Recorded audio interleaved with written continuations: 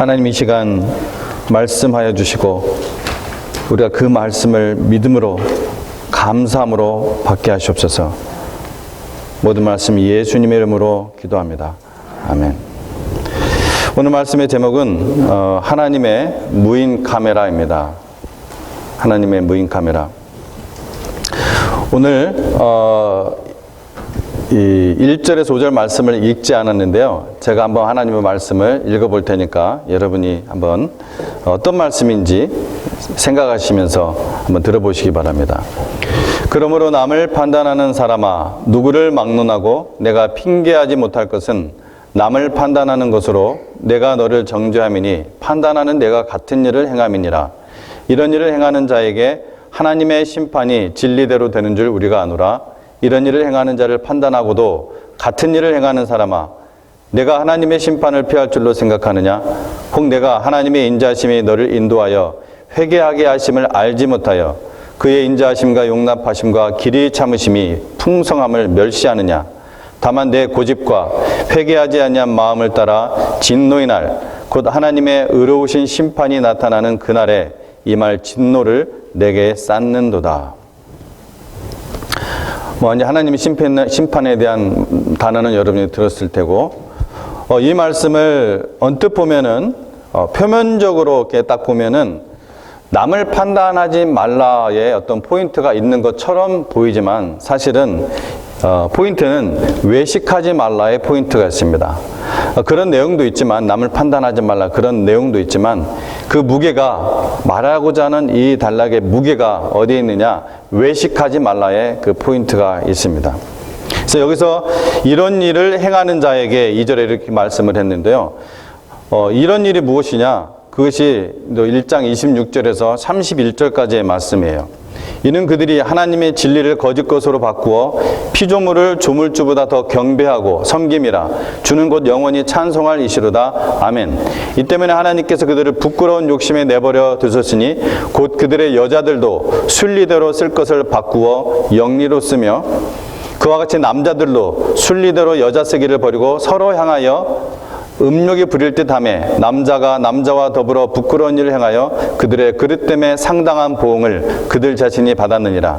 또한 그들의 마음에 하나님 두기를 싫어하며 하나님께서 그들을 그 상실한 마음대로 내버려 두사 합당하지 못한 일을 하게 하셨으니 곧 모든 불의, 추악, 탐욕, 악의가 가득한 자요, 시기, 살인, 분쟁, 사기, 악독이 가득한 자요, 수근수근하는 자요, 비방하는 자요, 하나님을 미워하는 자요, 능욕하는 자요, 교만한 자요, 자랑하는 자요, 악을 도모하는 자요, 부모를 거역하는 자요, 우매한 자요, 배악하는 자요, 무정한 자요, 무자비한 자라. 제가 30절에서 하나님께서 미워하시는 자요 이렇게 되어 있는 부분을 하나님을 미워하는 자로 읽은 것은 원어 성경, 여러분 성경에도 그렇게 밑에 설명이 되어 있습니다. 원래 원어적인 의미는 하나님을 미워하는 자요 그런 의미로 되어 있습니다. 자, 제가 말한 거 다 기억하지 못할지라도 이러한 일이라는 거예요. 이런 일을 행하는 자, 이런 일을 행하는 자에게 하나님의 심판이 진리대로 되는 줄 너도 알고 나도 안다. 이렇게 2절 말씀에 얘기한 다음에 그런데 3절에 이런 일을 행하는 자를 그렇게 너도 판단하고도 이것이 하나님의 진리대로 심판받을 줄 너도 판단하고도 똑같은 잘못을 너도 저지르고 있거나 즉 자기도 똑같은 잘못을 저지르는 사람을 꾸짖고 있는 것입니다. 사람 면전에서 대놓고 그 사람의 악행을 신랄하게 비판하기도 합니다. 혹은 뒤에서 다른 사람의 악행을 비판하기도 합니다. 사실 지금 오늘 본문에서 사도 바울도 다른 사람들의 악행을 정면으로 비판하고 있는 것입니다. 사실은. 다만 그것이 하나님께서 주신 사도적인 권위로 그런 악행을 바로잡기 위해서 하는 것이죠. 하지만 사도 바울이 또한 지적하고 있는 부분은 뭐냐면은 그렇게 잘도 판단을 하는 사람이 자기도 똑같은 일을 자기도 행하고 있다는 거예요. 그걸 얘기하려고 하는 거예요. 이런 일을 행하는 자를 판단하고도 같은 일을 행하는 사람아, 내가 하나님의 심판을 피할 줄로 생각하느냐, 이렇게 말씀한 것입니다. 이런 말씀을 대하면은 저처럼 늘 말씀을 전하고 또 가르치는 목회자는 사실 두려운 것이 사실입니다. 매우 두려운 것이 사실입니다. 말씀을 연구하고 가까이 하는 것이 하나님께서 주신 사명이기 때문에 그것으로 말미암아 큰 복을 경험하기도 하지만은 반대로 큰 외식에 빠질 위험이 언제든지 항상 도사리고 있기 때문에 그렇습니다. 그런데 제가 아는 한 목사님은 그런 이유로 자기는 영혼 구원에 관한 설교만 하지 행위에 관한 설교를 안 한다. 심판에 관한 설교를 안 한다고 말합니다.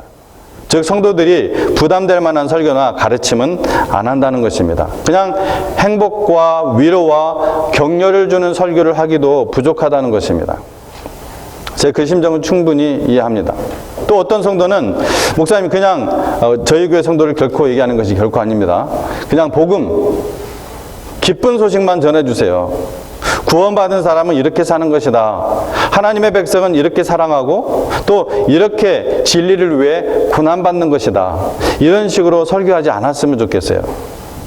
그냥 자기가 하나님의 말씀을 읽다가 스스로 깨닫고 스스로 바뀌면 되는 거 아닌가요? 이렇게 말도 합니다. 저도 이렇게 말하는 그 심정도 또 이해가 합니다. 여러분, 영혼만 구원받으면 된다. 이 말은 사실은 이단적인 요소가 포함되어 있습니다. 그렇게 말하는 것은 영지주의적 이단성이 내포되어 있다는 거예요. 뭐 영지주의 여러분이 몰라도 이 영지주의의 문제는 무엇이냐? 영혼만 구원받으면 되기 때문에 이 땅에 사는 육신은 아무렇게나 살아도 상관없다 이거예요. 아무렇게나 살아도. 영혼만 구원받으면 되니까 이 땅에서는 그냥 아무렇게나 살아도 된다. 이러한 이단적 요소가 있다는 거예요. 영혼만 구원받으면 된다. 이러한 가르침은. 그래서 이단이라고 하는데 예수님의 복음은 우리의 영혼을 구원하실 뿐만 아니라 이 땅에서 사는 우리의 삶도 구원하시는 하나님의 능력입니다. 여러분, 그렇게 만약 여러분 영혼만 구원받으면 된다 하고 그냥 이 땅에서 내가 사는 거고, 내가 대충 살고, 뭐 죄지면 와서 그냥 회개만 하면 되고, 이런 식으로 아주 얄팍한 그런 생각을 갖고 있다면은 여러분 온전한 하나님의 그 복음의 능력을 정말 체험하지 못하고 있습니다. 여러분, 구약 메신저들의 말씀 속에서 그리고 신약 메신저들, 그러니까 말씀을 전하는 사람들, 그 말씀 속에서 삶을 다루는 메시지, 혹은 심판을 다루는 메시지를 한번 여러분 찢어버리면서 읽어보십시오. 아마 여러분의 성경은 반 이상이 사라져서 아주 가벼워질 것입니다. 더군다나 하나님의 메신저의 사명을 맡은 목회자가 이런저런 이유로 복음의 반쪽만 전한다면 그것은 또 하나의 뭡니까? 위선이에요. 직무유기입니다. 무엇보다도 가장 큰 피해는 누가 있어요? 그 교회 회중들이 입습니다. 복음의 능력을 온전히 경험하지 못하기 때문에 그렇습니다. 하나님의 복음은 우리의 삶 속에서 모든 죄악들을, 모든 역경들을 물리치게 하는 실질적인, 그렇게 여기는 것이 아니라 실질적인 파워고 그러한 고난들을 이기게 하는 실질적인 힘, 능력입니다. 여러분, 복음이 주는 승리의 기쁨, 그 변화의 기쁨을 체험하시기 바랍니다. 누리시기 바랍니다. 지금 읽은, 제가 처음에 읽었던 그 1절에서 5절의 말씀은 아까도 말씀드린 것처럼 표면적으로는 남을 판단하지 말라, 뭐 이렇게 보이지만은 사실 이 말씀은 외식에 대한 메시지에 보다 큰 무게가 있다는 것입니다. 외식이 뭡니까? 겉과 속이 다른 것입니다. 겉으로 그런 비판을 할 때는 어떻습니까? 자기는 그런 짓 절대로 안 한다는 그런 메시지가 깔려 있어요. 다른 사람을 겉으로 비판한다는 것은 나는 이렇게 안 하는데, 이런 메시지가 깔려 있는 거예요. 하지만 자기도 똑같은 짓을 하고 있는 거예요. 그게 외식이라는 거예요. 말은 그렇게 하면서 행동을 그렇게 한다는 것은 겉과 속이 다른 거, 이게 외식입니다. 본래 자신의 모습을 감추고 다른 모습을 보여주려는 이런 태도, 이것이 외식입니다. 외식을 하게 되는 이유가 무엇일까요? 간단합니다. 그건 다른 사람들 눈 때문입니다. 다른 사람들을 의식하기 때문에. 결국 외식은 다른 사람들을 의식하기 때문에 생기는 거예요.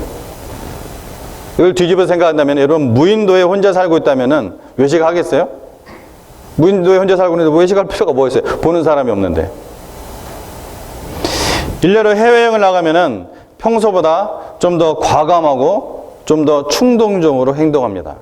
왜 그렇습니까? 나를 아는 사람 없기 때문이에요. 나를 보는 사람이 없기 때문에. 우리나라 사람들이 많이 그러죠.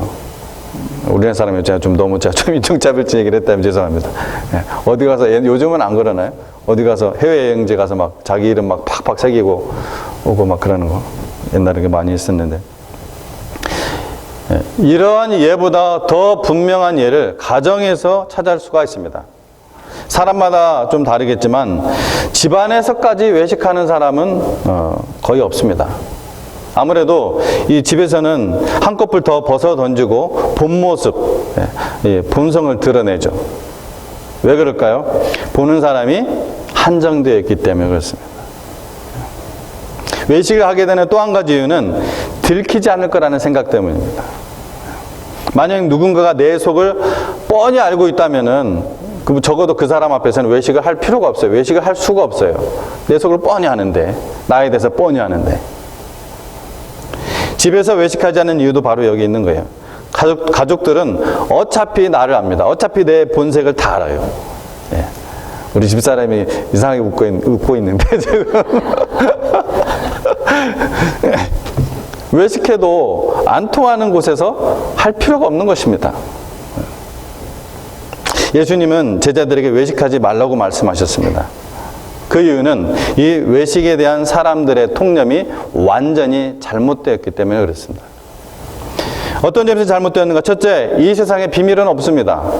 둘째, 세상 사람 다 속여도 하나님을 속일 수는 없습니다. 셋째, 우리가 진정 두려워야 할 것은 사람의 눈이 아니라 하나님의 눈이기 때문에 그렇습니다. 외식에 대한 이 세간의 통념을 뒤집어 엎는 세 가지 이 내용을 오늘 본문 6절과 11절은 그렇게 얘기했던 거예요. 하나님께서 각 사람에게 그 행한 대로 보응하시되, 또 11절에 이는 하나님께서 외모로 사람을 취하지 아니하심이라. 물론 이 세상에서 겉과 속이 완전히 일치하는 사람은 아무도 없습니다.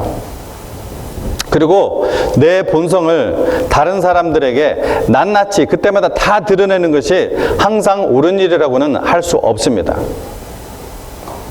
외식하지 않는다고 해서 나는 외식하지 않아, 나는 겉과 속이 항상 같은 사람이야, 나는 감추면서 살지 않아 하면서 그냥 생각나는 대로 말하고 아무 때나 숨기지 않고 자기 감정 다 드러내는 것은 뭐요? 오히려 버려야 될 나쁜 습관입니다.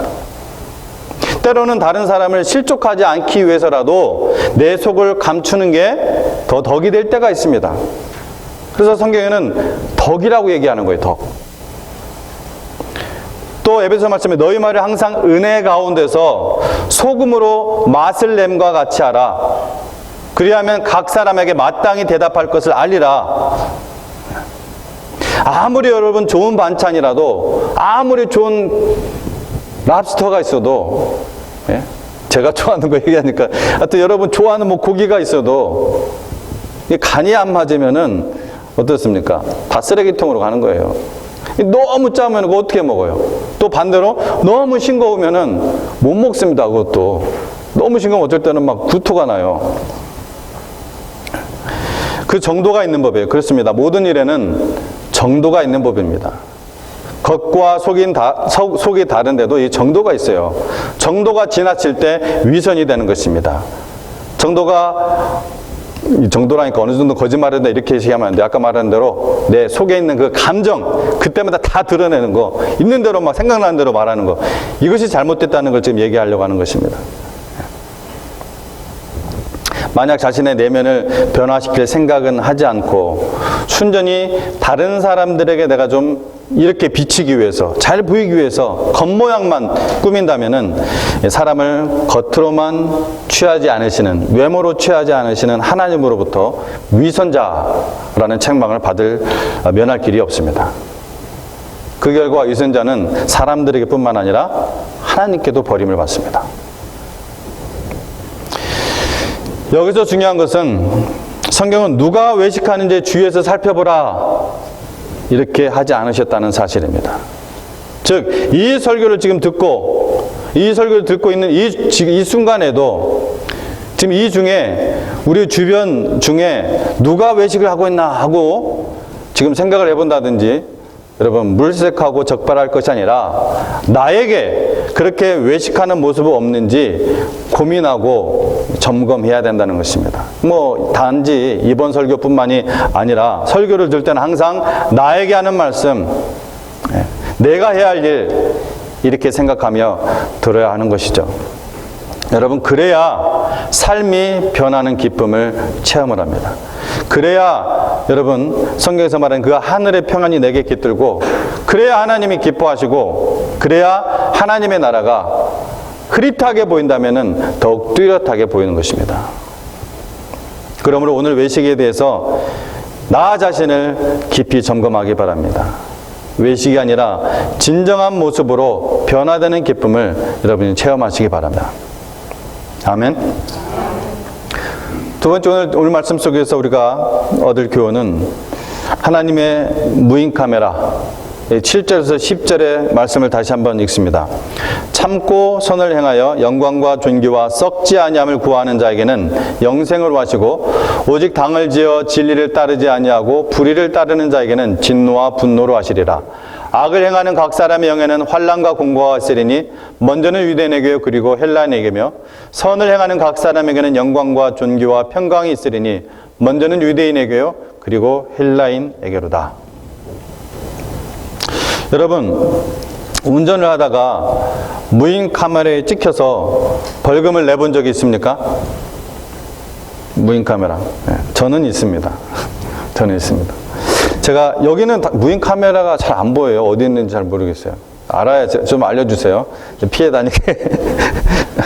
제가 달라스에 살 때 어느 날 벌금 통지서가 날라왔어요. 그 당시에 봉투를 열어보니까 75불, 받으라는 것이 아니라 내라는 거죠. 75불. 그리고 빼박이라고 하죠. 빼도 박도 못하는 그런 사진이 거기에 딱 하고 있는 거예요. 빨간 신호등으로 딱 바뀌었는데, 빨간 신호등이 보이는데 제 아내가 앞차를 따라서 맨 뒤에 따라가다가 딱 찍힌 게 보이는 거예요. 그냥 아무 일도 없다는 듯이 거기에 빨간 불이 켜졌는데 아무 일도 없다는 듯이 뒤차 꽁무니를 따라가다 찍힌 거예요. 가다가 딱 찍힌 사진을 보니까 먼저 웃음이 나오는 거예요. 그게 딱 그 꽁무니 엉덩이 딱 찍힌 것 같아가지고서, 왠 웃겨가지고 킥킥거리면서 제가 좀 웃었습니다. 그리고 이제 그 사진을 보면서 제가 아내를 놀려줬어요. 그런데 그로부터 수개월이 지나서 이 벌금 통지서가 또 날라왔어요. 이번엔 어떻게 날라왔냐면 하루 걸러서 연달아 2장이 날라왔습니다. 이번에는 제가 찍혔습니다. 이게 우회전을 할 때 3초 동안 서는 룰이 있잖아요. 이 3초 동안 서지 않으면은 감지하는 카메라가 거기 있었던 거예요. 원래 없었는데 그 카메라가 거기에 설치되는 거예요, 갑자기. 3초를.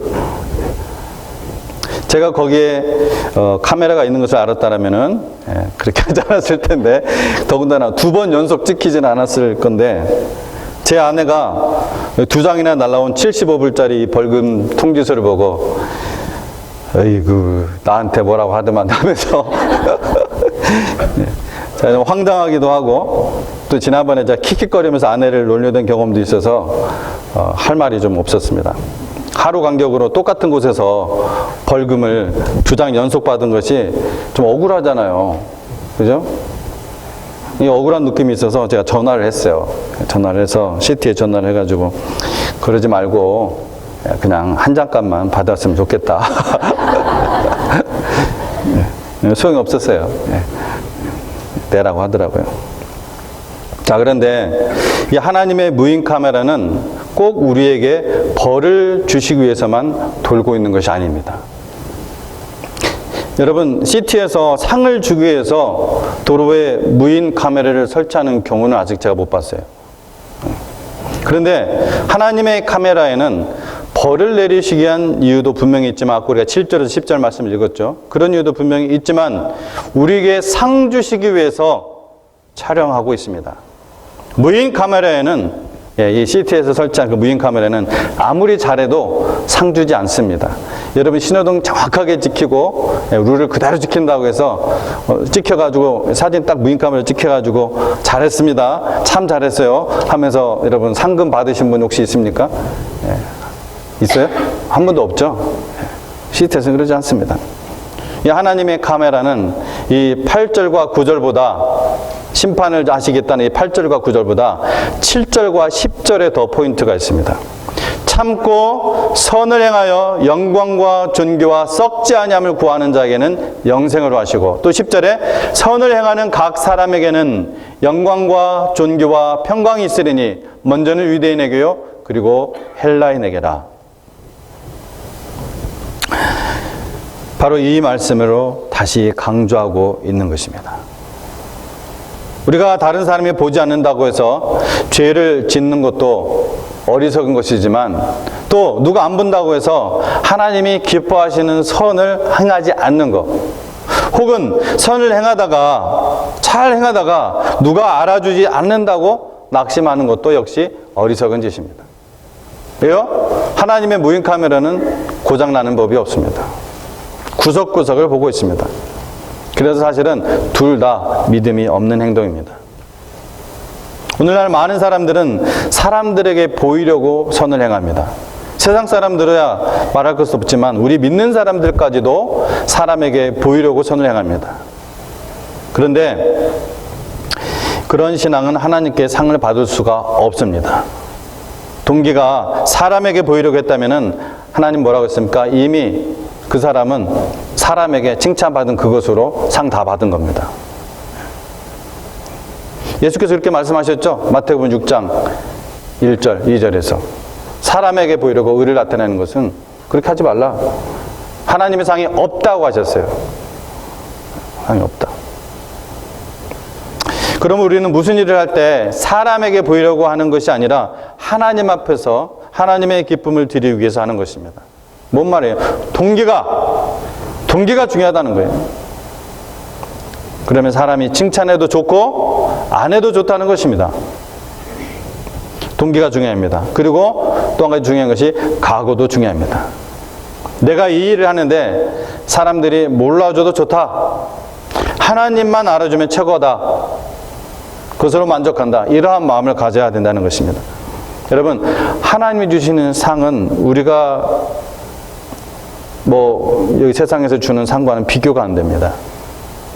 여러분, 많은 사람들이 이 사람에게 칭찬받으려는 이 유혹 속에서 하나님이 주시려는 그러한 큰 상을 놓치고 있다는 사실 여러분도 알 겁니다. 그렇죠? 네. 인간에게는 명예심, 또 박수갈채 받기 좋아하는 그러한 본능이 있습니다. 사람들이 알아주면 좋은 부분이 있습니다. 그러나 그것이 신앙적으로 보면은 좋지 않은 것이라고 그렇게 생각할 수 있어야 됩니다. 하나님의 큰 상을 빼앗아 버린 거예요, 그게. 하나님의 큰 상을 빼앗아 버리려는, 사람이 알아주기를 바라는 그러한 동기로 일하게 하려는 누구의 계략이에요? 사탄의 계략입니다. 하나님 상, 큰 상 뺏어가는 거잖아요. 여러분, 하나님의 그 큰 상 뺏기지 마시기 바랍니다. 그래서 진실로 믿음을 가지고 하나님의 살아계심을 아는 분들은 때로 사람들이 나를 오해해도 감사합니다.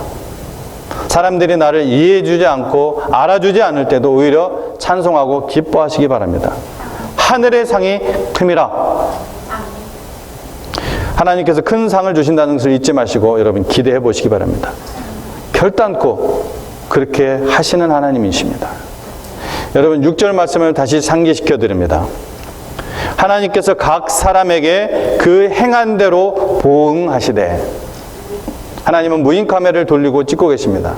벌을 내리시기에 찍고 계시기도 하지만 그보다 우리에게 상 주시려고 지금도 바로 이 순간도 우리를 찍고 계신다는 것을 믿으시기 바랍니다.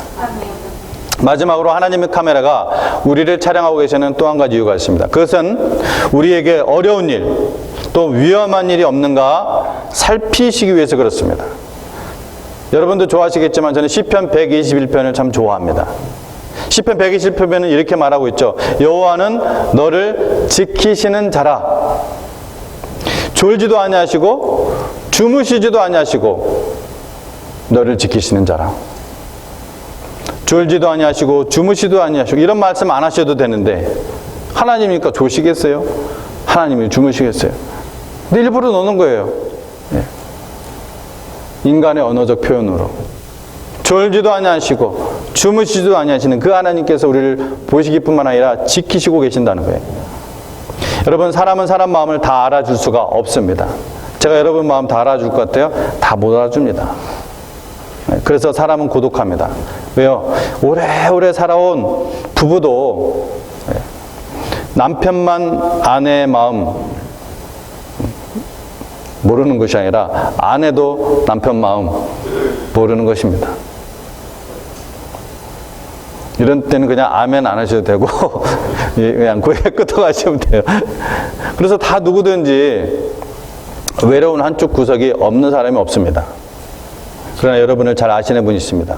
여러분의 모든 슬픔과 고독과 두려움과 모든 어려움을 다 알고 지켜보고 계시는 분이 있습니다. 그분이 바로 하나님이십니다. 하나님은 너를 지키시는 자라. 졸지도 아니하시고 주무시지도 아니하시고 지키시는 자라. 너를 지키시는 자라.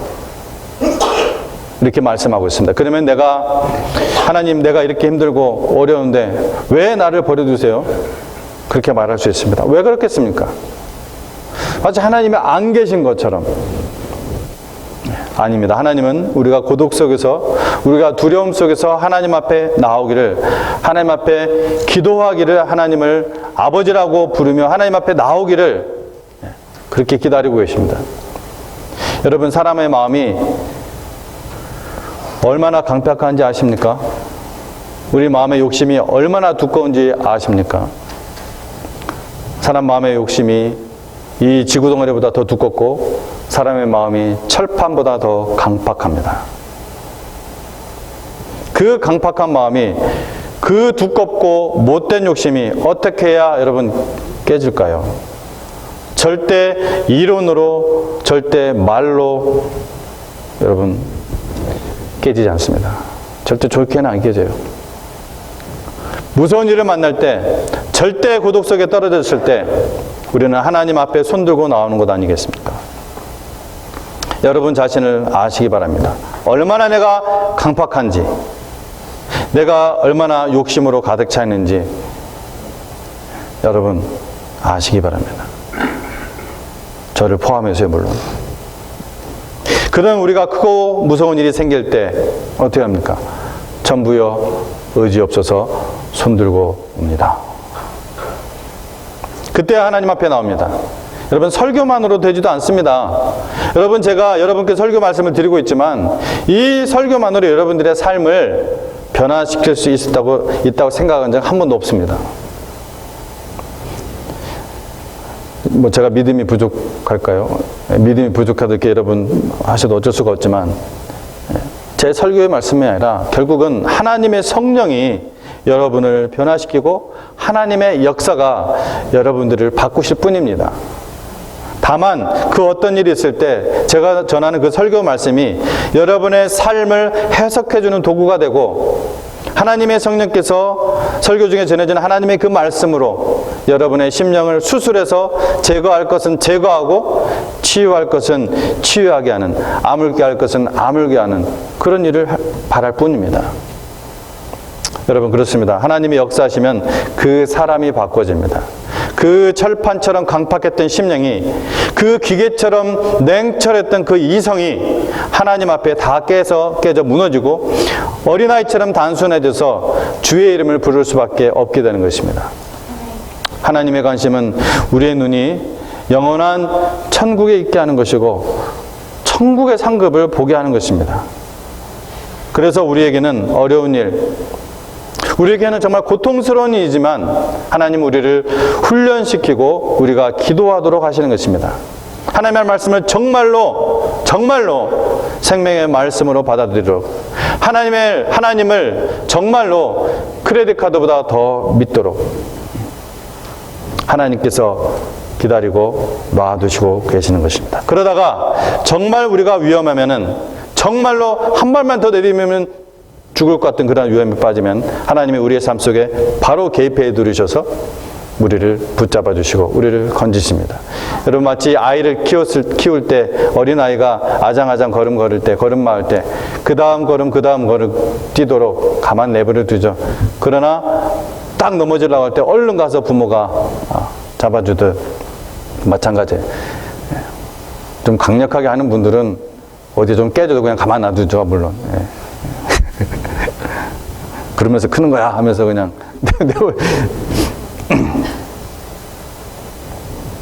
여러분, 믿음을 가지고 주의 이름을 부르는 자에게 하나님은 그의 능력의 손길을 내밀어서 그를 구원하십니다. 그리고 우리의 삶이 하나님을 찬양하게 하시고 또 우리의 삶이 하나님을 간증하도록 하는 것입니다. 하나님은 그의 택한 자들에게 여러분 찬양받기를 원하십니다.